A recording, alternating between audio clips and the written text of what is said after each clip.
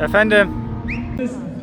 Für Gerechtigkeit und für eine bessere Zukunft.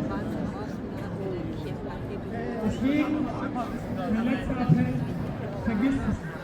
Vergiss nicht, welche Verantwortung.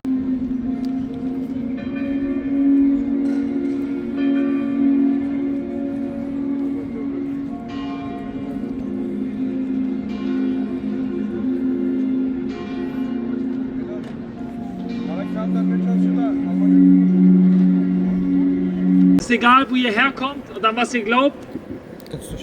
Wir sind hier für eine Sache der Menschlichkeit.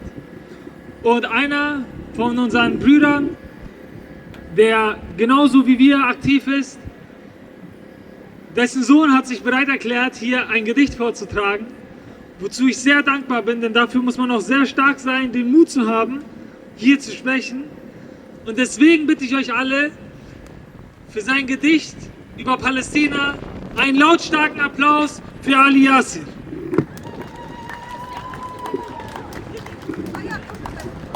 Jesus. Freies Palästina. Mein Vater hat uns davon erzählt. Heute hat es mich sehr traurig gemacht.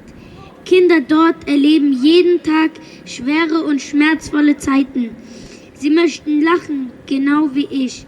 Kein Kinderherz soll mehr traurig sein. Keine Träume sollen nachts unvollendet bleiben. Sie möchten auf der Straße Fußball spielen.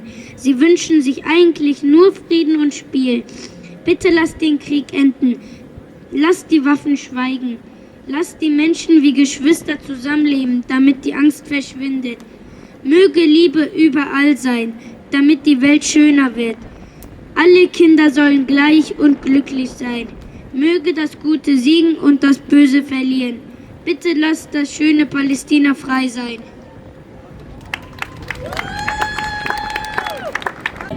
Trag die Leiche meines Mädchens in den Arm, wiegt nicht viel, doch ich hab noch nie was Schweres getragen. Ist es vorbei? All die Jahre voller Schmerzen, sag uns, sind wir frei? Nicht wegen Gott, sondern wegen uns.